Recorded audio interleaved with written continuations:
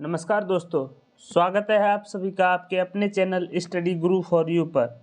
इस वीडियो में मैं आपके साथ एमसीक्यू टाइप के कुछ क्वेश्चन आंसर्स के बारे में बात करूंगा और मैं वही क्वेश्चंस की बात करूंगा जो एग्ज़ाम के पॉइंट ऑफ व्यू से बहुत ज़्यादा इम्पोर्टेंट हैं आपके लिए। ये क्लास हमारी डीपीएसपी के यानी कि directive principle of the state policy से जुड़े हुए महत्वपूर्ण क्वेश्चन आंसर्स की सीरीज़ है। इसमें जो भी क्वेश्चंस हैं आपके साथ वो बहुत ज़्यादा इम्पोर्टेंट हैं, इसलिए क्लास को लास्ट तक देखें और पूरे क्वेश्चंस का आंसर करने की कोशिश करें।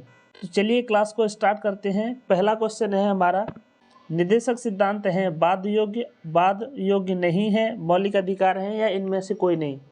चलिए इसका पहले आंसर की बात करते हैं। तो इसका करेक्ट आंसर है ऑप्शन नंबर बी, निर्देशक सिद्धांत वाद योग्य नहीं है, मतलब इन पे क्या है, न्यायालय में वाद विवाद नहीं किया जा सकता। चलिए नेक्स्ट क्वेश्चन की तरफ चलते हैं। अगला क्वेश्चन है हमारा, राज्य के नीति निर्देशक तत्वों को लागू करना किसका कर्तव्य है, बताइए। ऑप्शन नंबर ए किसी का नहीं, ऑप्शन नंबर बी राज्य का, ऑप्शन नंबर सी केंद्रीय शासन का ही केवल, और ऑप्शन नंबर डी सभी नागरिकों का। बताइए इसका करेक्ट आंसर क्या होगा। इसका करेक्ट आंसर है ऑप्शन नंबर बी राज्य का। राज्य का मतलब कि जो भी राज्य है वो कानून बनाएगा तो उस समय राज्य के नीति निर्देशक तत्वों में जितने भी आर्टिकल्स हैं उनको ध्यान में रख के कानून बनाएगा। ठीक है, चलिए आगे बढ़ते हैं नेक्स्ट क्वेश्चन की तरफ। अगला क्वेश्चन है हमारा, भारतीय संविधान के कितने अनुच्छेदों में नीति निर्देशक तत्वों को उल्लेख पाया गया है। काफ़ी इंपॉर्टेंट है, बहुत ज़्यादा। ठीक है, आंसर बताइए इसका क्या आंसर हो सकता है। 36 से 52, 36 से 51, 35 से 51, 35 से 52। काफ़ी इम्पोर्टेंट है, बताइए आंसर। इसके आंसर की बात करते हैं, option number B is correct answer. Article number 36 से लेकर के 51 तक जो डीपीएसपी के बारे में बताया गया है। ठीक है, नेक्स्ट क्वेश्चन की तरफ चलते हैं।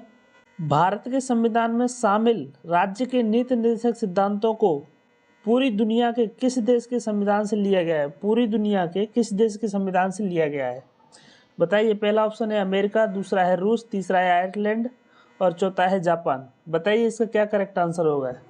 जिसको भी आंसर आ रहा है वो प्लीज़ कमेंट बॉक्स में आंसर करने की कोशिश ज़रूर करें, क्योंकि तभी पढ़ाने में और पढ़ने में मज़ा आता है जब इंटरेक्शन होता है। तो इसका करेक्ट आंसर होगा ऑप्शन नंबर सी, आयरलैंड के संविधान से हमारे संविधान में लिया गया है। और इसमें एक और बात बताना चाहूँगा, जो आयरलैंड में है ना, उसमें स्पेन के संविधान से लिया गया था। ठीक है, ये भी आप याद कर सकते हैं, कभी भी पूछा भी जा सकता है किसी क्वेश्चन में। नेक्स्ट क्वेश्चन है, निम्नलिखित में से कौन सा एक राज्य के नीति निर्देशक सिद्धांतों का उद्देश्य नहीं है। काफ़ी इंपॉर्टेंट है, मतलब डीपीएसपी राज्य के नीति निर्देशक सिद्धांत जो हैं उनका उद्देश्य क्या है। कल्याणकारी राज्य की स्थापना करना, सामाजिक आर्थिक न्याय को सुनिश्चित करना, धार्मिक राज्य की स्थापना करना, धर्मनिरपेक्ष राज्य की स्थापना करना। ठीक है, बताइए इसका क्या आंसर होगा। ओके, इसके आंसर की बात करते हैं।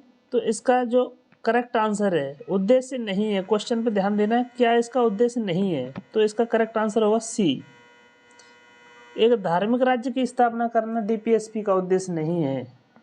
अगला क्वेश्चन है, निम्नलिखित कथनों में से कौन सा सही नहीं है।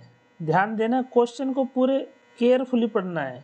सही नहीं है तो कथन एक है हमारा, निर्देशक तत्वों की प्रकृति गैर न्यायोचित है, इसके हनन पर इन्हें न्यायालय द्वारा लागू नहीं कराया जा सकता। ये हो गया कथन एक। दूसरा पढ़ते हैं, सरकार इन्हें लागू करने के लिए पूर्ण रूप से बाध्य है। बताइए इसका क्या आंसर होगा। ठीक है, बहुत ज़्यादा इंपॉर्टेंट क्वेश्चन है और सारे ही क्वेश्चन एक दूसरे से जुड़े हुए हैं। इतने के बीच में बोलना चाहूँगा, जितने भी लोग इसको देख रहे हैं, जिन्होंने चैनल को सब्सक्राइब नहीं किया है, प्लीज़ सब्सक्राइब ज़रूर करें और अपने साथियों के साथ शेयर करते रहें। चलिए इसके आंसर की बात करते हैं। कौन सा कथन सही नहीं है। कथन दो, सरकार इन्हें लागू करने के लिए पूर्ण रूप से बाध्य है, ये गलत कथन है।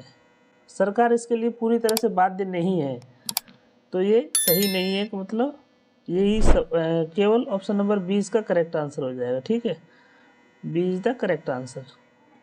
चलिए नेक्स्ट क्वेश्चन की तरफ चलते हैं।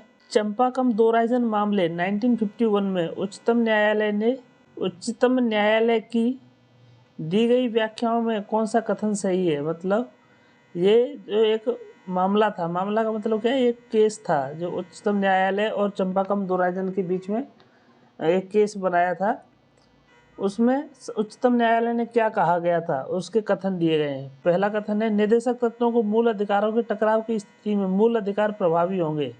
ओके। दूसरा कथन है, निदेशक सिद्धांत मूल अधिकारों के पूरक के रूप में लागू नहीं होंगे। बताइए इसका क्या आंसर है। उसमें क्वेश्चन में पूछा गया कथन सही कौन सा है। ठीक है, आंसर बताइए। जो भी आंसर कर सकते हैं आंसर कीजिए। चैनल को शेयर करते रहें, वीडियो को ज़्यादा से ज़्यादा शेयर करें, ये बहुत ज़्यादा इम्पोर्टेंट होने वाली है।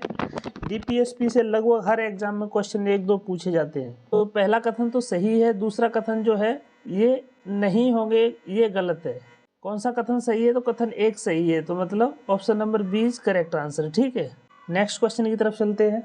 राज्य के नीति निर्देशक सिद्धांतों DPSP का उल्लेख भारतीय संविधान में कहाँ किया गया है, मतलब कौन से भाग में किया गया है। बताइए इसका करेक्ट आंसर बताइए।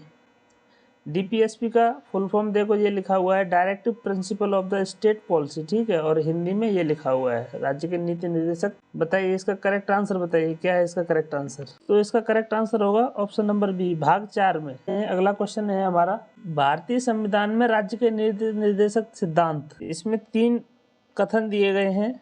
देश के शासन में मूलभूत महत्व के हैं, न्यायालय द्वारा लागू नहीं कराए जा सकते, राज्य का कर्तव्य है कि विधि निर्माण के समय उनका सम्मान करे। ठीक है, ये 3 उपयुक्त नीति निर्देशक सिद्धांतों में से वास्तविक प्रकृति में सही कौन सी है, ये बताना है हमें।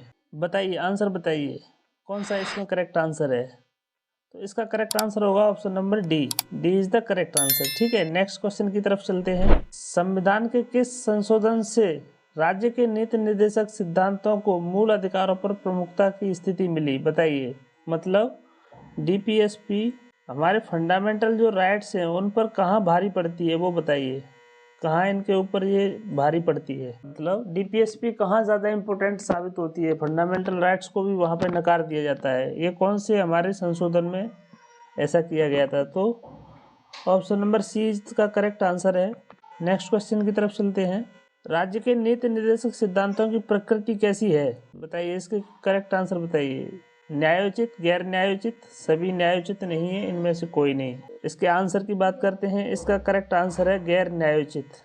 जो DPSP है वो गैर न्यायोचित है, मतलब इनके हनन होने पर हम कोर्ट में नहीं जा सकते, सुप्रीम कोर्ट या हाई कोर्ट नहीं जा सकते, और ना ही कोर्ट इनको लागू कराने के लिए बाध्य है। ठीक है, चलिए सेशन को यहीं समाप्त करते हैं।